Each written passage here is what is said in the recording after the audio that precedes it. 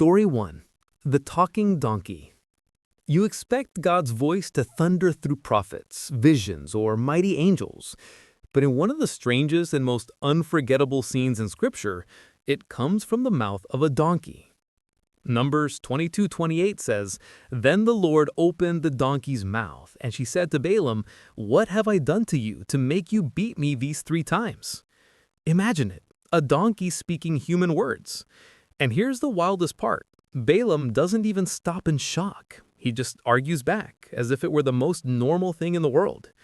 But to really feel the weight of this moment, we need to rewind. The backstory. Balaam was no ordinary prophet. He was a prophet for hire, a spiritual mercenary. When the king of Moab saw Israel advancing, he was terrified and decided to hire Balaam to curse them. God's command was clear: do not go. Later, God permitted him to go, but only under strict conditions. The problem was Balaam's heart. He wasn't motivated by obedience. He was consumed by greed. So, on his journey to meet the king, God placed an angel in his path, sword drawn, ready to strike. Balaam, the so-called seer, couldn't see the angel at all, but the donkey did. 3 times she veered, stopped, even collapsed under him to avoid the angel's blade. And 3 times, Balaam's response was anger. He beat the poor animal. Finally, God opened the donkey's mouth and she cried out in protest. It's humorous, it's absurd, but it's also painfully revealing. The prophet, who prided himself on visions and revelations, was blind to the reality of God's presence. Meanwhile, the donkey, an animal considered simple and foolish, saw perfectly. The reversal. That's the irony. God used what Balaam dismissed as beneath him to save his very life. The proud prophet was humbled by the clarity of a creature he considered worthless. In the end, God opened Balaam's eyes. At last, he saw the angel standing there, sword in hand, and he fell on his face, realizing he had been resisting God all along. The lesson. This story isn't just about a talking animal. It's a prophetic rebuke wrapped in absurdity. A reminder that God is not bound by our expectations. He will speak through the unexpected. He will humble the proud. He will use what seems foolish to shame the wise. And here's the warning. Spiritual authority, titles, or gifts mean nothing if your heart is not aligned with God. Sometimes the very voices we ignore, the people we consider unworthy, the situations we brush aside are the ones God uses to wake us up. So yes, it's a talking donkey, but it's also a mirror showing us that God's voice can break through anywhere, at any time, even from the mouth of a beast. Story 2. The Bridegroom of Blood. This is one of the strangest and most jarring moments in the Bible. It comes out of nowhere. Moses is on his way back to Egypt, ready to stand before Pharaoh. God has just appeared to him in the burning bush. He has the staff in his hand, the mission in his heart, the calling confirmed. Everything seems perfectly set for the great showdown. And then, suddenly, without warning, God seeks to kill him. Exodus 4:24 says, "And a lodging place on the way, the Lord met Moses and was about to kill him." No explanation, no context, just divine wrath falling on the very man chosen to lead Israel out of slavery. The unexpected rescue. And what saves Moses? Not a miracle, not a prayer, not even a dramatic display of power. Instead, a flint knife in the hands of his wife. Zipporah steps in. With urgency, she circumcises their son, then touches Moses with the bloody foreskin. Many scholars agree the word feet here is a euphemism for Moses' genitals. After the act, she exclaims, "Surely you are a bridegroom of blood to me." And just like that, the Lord relents. Moses' life is spared. It's unsettling. It's graphic. It's confusing. But it carries a deep truth. The issue at the heart. The problem wasn't random. Moses had neglected to circumcise his own son. That might sound like a small oversight, but in God's eyes, it was a serious breach. Circumcision was not optional. It was the covenant sign God had given Abraham, the very mark of belonging to God's people. How could Moses lead Israel into covenantal faithfulness when he had ignored the covenant in his own household? Public calling without private obedience is hollow. This moment exposes the disconnect. Moses was ready to confront Pharaoh, but he had not confronted disobedience at home. The intercession of a wife. Notice something powerful here. Moses doesn't act. Zipporah does. She takes the knife, she carries out the covenant requirement, she applies the blood, she saves her husband's life. In that moment, Zipporah becomes the stand-in for obedience, the one who bridges the gap Moses had left open. It's messy, it's raw, but it's intercession in action. The lesson. This strange story reminds us that God takes his covenant seriously. He expects his leaders to uphold them fully, both in public and in private. You can't lead spiritually if you ignore God privately. And sometimes the people closest to us are the ones God uses to call us back to faithfulness. It may come through their challenge, their correction, or, like Zipporah, their decisive action on our behalf. So, yes, it's a bloody and unsettling scene, but it's also a sobering reminder. You can't skip obedience and still expect to walk in your calling. Story 3. Ezekiel's vision of the wheels. If you've ever opened the book of Ezekiel and thought, "What in the world am I reading?" you're not alone. The very first chapter doesn't ease you in. Instead, it hurls you headfirst into one of the most overwhelming visions in all of Scripture. Picture this. Storm clouds swirling, fire flashing, strange living creatures with 4 faces: human, lion, ox, eagle. Beside them, spinning wheels, intersecting wheels, covered in eyes. Ezekiel 1:15-16 says, "Now as I looked at the living creatures, I saw a wheel on the earth beside the living creatures, one for each of the 4 of them. Their appearance and construction was like a wheel within a wheel." And then it gets stranger. These creatures move in every direction without turning. Lightning flashes from them. The wheels spin endlessly, alive with countless eyes. And above it all, high above them, a throne gleams like crystal. And on the throne, a figure like a man, radiant with fire and glory. It feels otherworldly, almost like science fiction. But this isn't meant to be easy to picture. It's supposed to overwhelm, because what Ezekiel is seeing is beyond every human category. The context.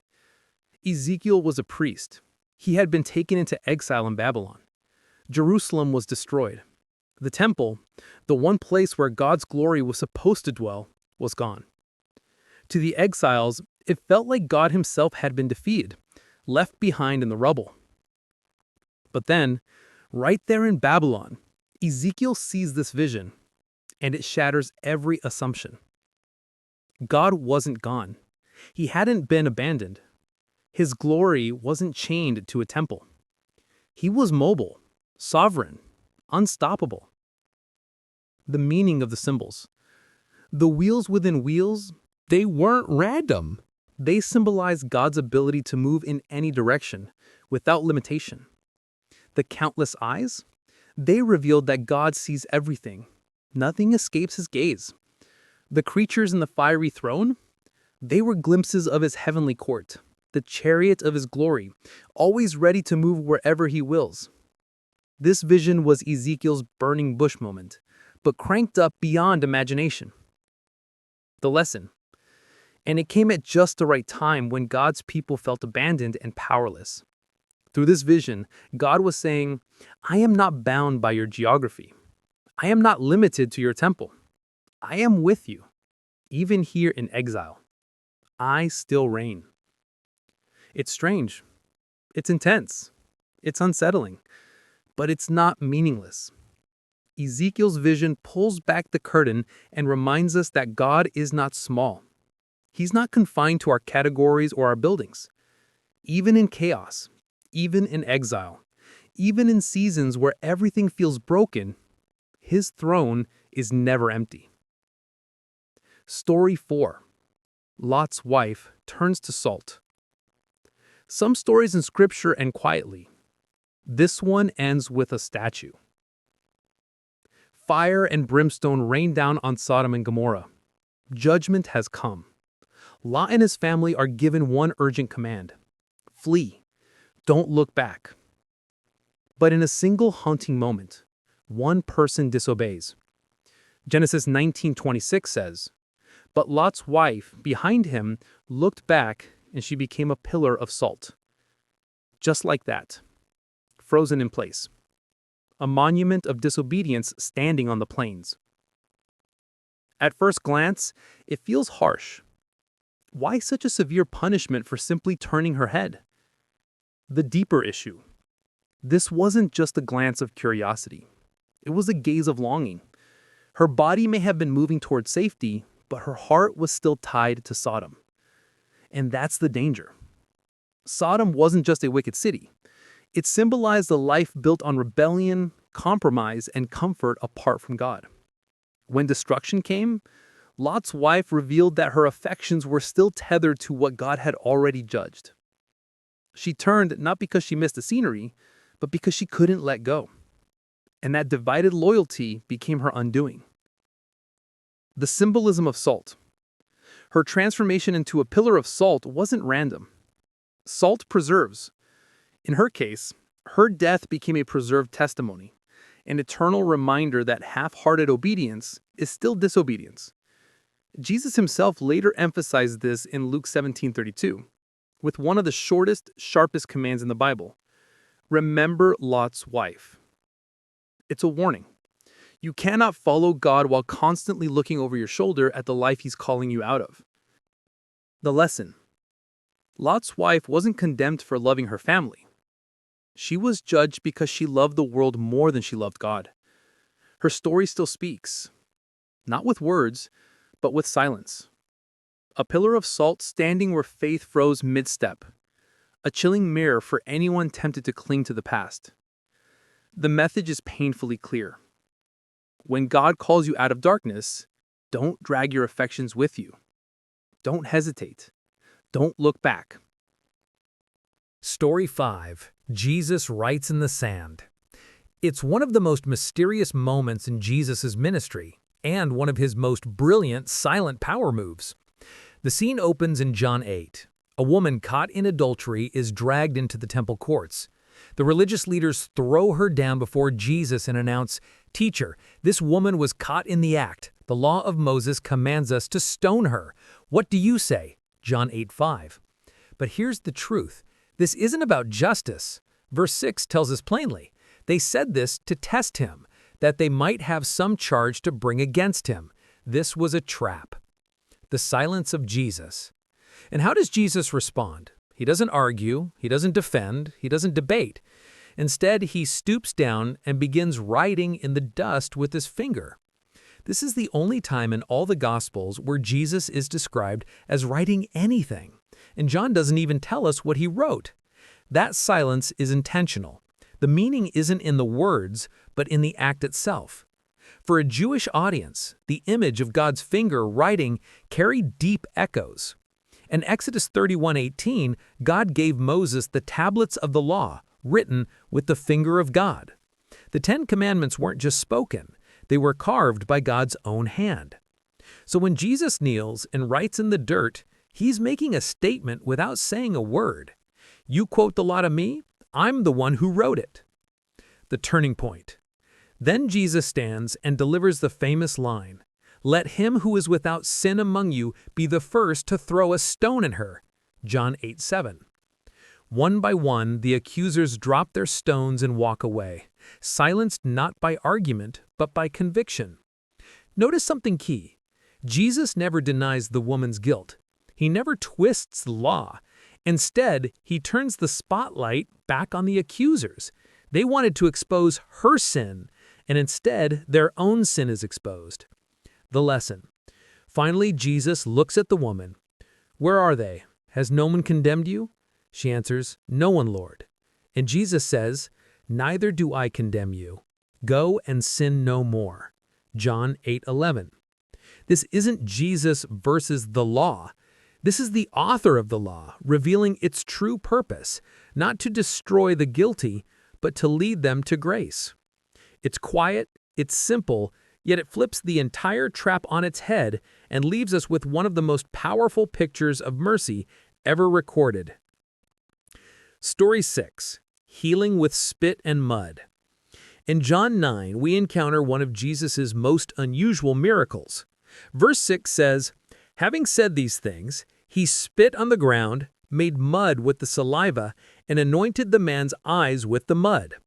Think about that for a moment. Jesus could have healed with just a word.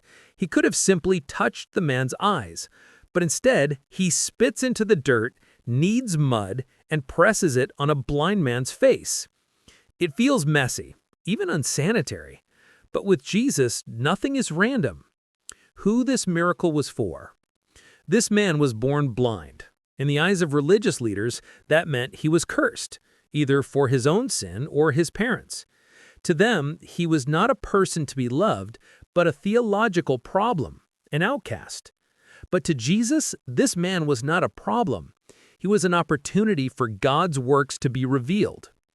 The creation echo. Here's the mystery.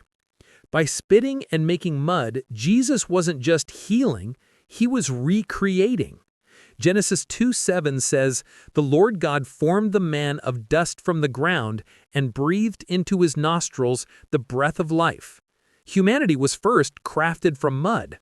So when Jesus kneels down, mixes spit with dirt, and applies it to the man's eyes, he's echoing creation itself. He's not just giving sight, he's doing what only the Creator can do, making someone new. The scandal of spit. In that culture, saliva was considered unclean, the last thing anyone expected God to use for something holy. But that's exactly the point. Jesus takes what others see as dirty, worthless, and shameful and transforms it into the means of healing. That's the gospel.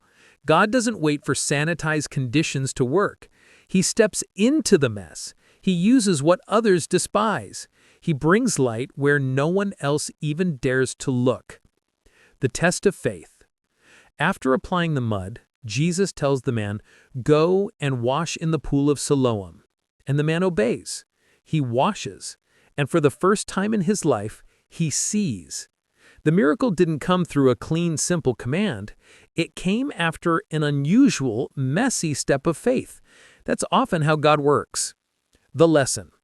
This miracle shows us that Jesus is not just a healer, he is the Creator himself, making all things new. And sometimes the path to the miracle doesn't look neat or expected. Sometimes it looks like mud on your face. But in the hands of Jesus, even spit and dirt become the building blocks of new life. Story 7. Elisha and the She-Bears.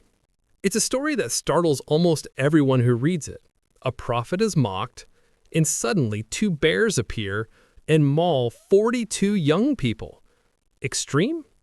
Over the top? Let's take a closer look. 2 Kings 2:23-24 tells it this way. Elisha went up from there to Bethel. As he was going up on the way, some boys came out of the city and jeered at him, saying, "Go up, you bald head! Go up, you bald head!" And he turned round, and when he saw them, he cursed them in the name of the Lord. And 2 she-bears came out of the woods and tore 42 of the boys. At first glance, it sounds like overkill, bears unleashed for some name-calling. But this moment is far deeper than teasing about Elisha's hairline. The real mockery. Elisha had just inherited the prophetic mantle from Elijah, Israel's most famous prophet. Elijah had been taken up to heaven in a whirlwind, a miracle that the whole nation knew about. So when the young men shouted, "Go up, you bald head! Go up, you bald head!" they weren't just insulting Elisha's appearance. They were taunting his calling. In essence, if you're really God's prophet like Elijah, why don't you fly up to heaven too? This wasn't playful banter. It was open contempt for the legitimacy of God's messenger. And in Israel, mocking a prophet wasn't simply disrespecting a man, it was rejecting the God who sent him. the setting. And notice where this happened. Bethel. By this time, Bethel had become a center of idolatry, a place steeped in rebellion against God. The culture normalized mocking what was sacred. These youths weren't isolated troublemakers. They were products of a society that despised the Lord. Judgment through the bears. The bears weren't random. They became instruments of judgment. This wasn't about thin skin or personal revenge. It was a divine response to rebellion against God Himself. The message was clear. To scorn what is holy is not harmless. To treat God's voice with contempt carries consequences. The lesson. This story shocks us because it reveals something we often forget. God defends His name, His message, and His messengers. It's not about an angry prophet losing his temper. It's about a holy God showing that rebellion, even when it sounds like a joke, is serious in His sight. The she-bears remind us that mocking the sacred may seem like humor on the surface, but beneath it, it reveals the heart, and God always sees the heart. Story 8. The Folded Burial Cloth. Sometimes the greatest messages from God don't arrive with thunder, lightning, or fire. Sometimes they're tucked into the smallest of details, like a neatly folded cloth. On resurrection morning, Peter and John race to the tomb after hearing the news. John gets there first, stoops down, and sees the linen wrappings lying inside. Then Peter steps in and notices something unusual.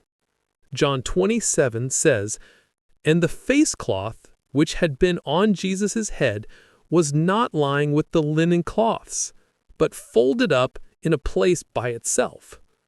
Folded, separate, intentional. At first glance, it sounds like a tiny, insignificant detail, easy to overlook. But for anyone familiar with Jewish custom, it spoke volumes. The cultural background. In first-century households, dining carried a tradition. When a master was finished eating, he would crumple his napkin and toss it aside. That was the signal. The meal is over, the servant can clear the table. But if the master folded his napkin neatly and placed it apart, it meant something entirely different. I'm not finished. I'm coming back. The resurrection signal. So when Peter saw the folded face cloth, it wasn't just evidence that Jesus had risen, it was a message. Jesus didn't leave the tomb in panic or chaos.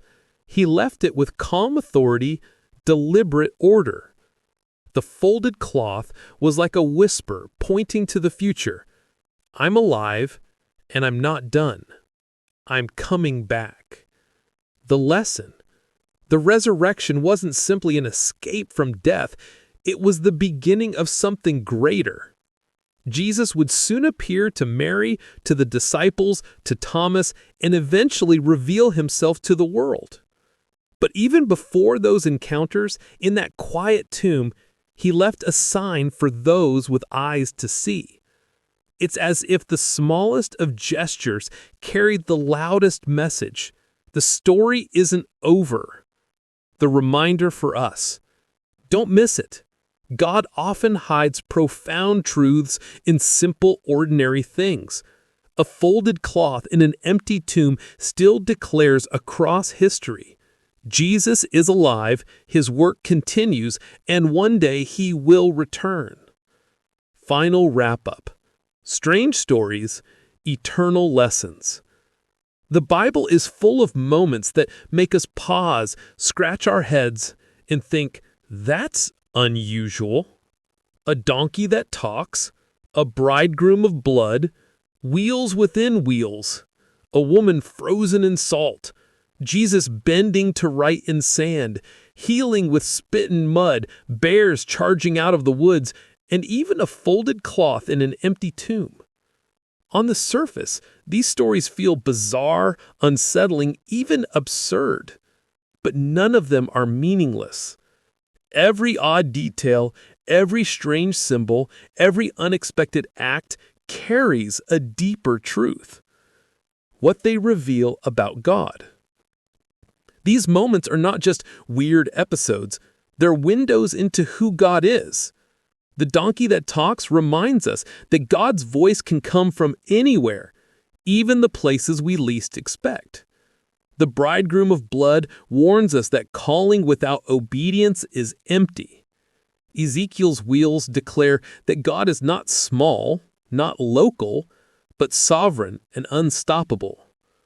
Lot's wife stands as a silent monument. You can't follow God while longing for the world behind you.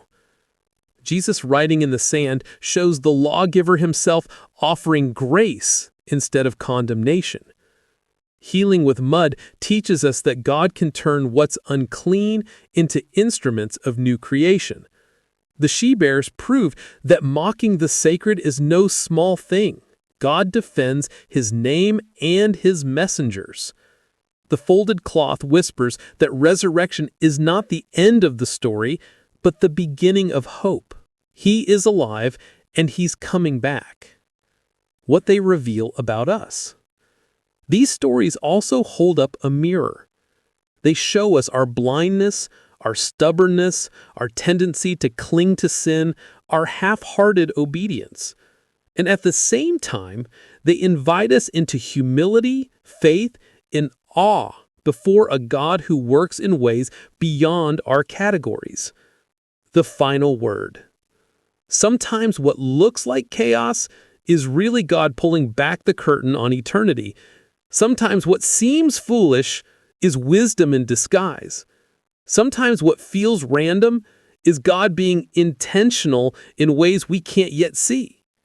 So whether it's a folded napkin, a fiery vision, or a whisper written in sand, God is speaking.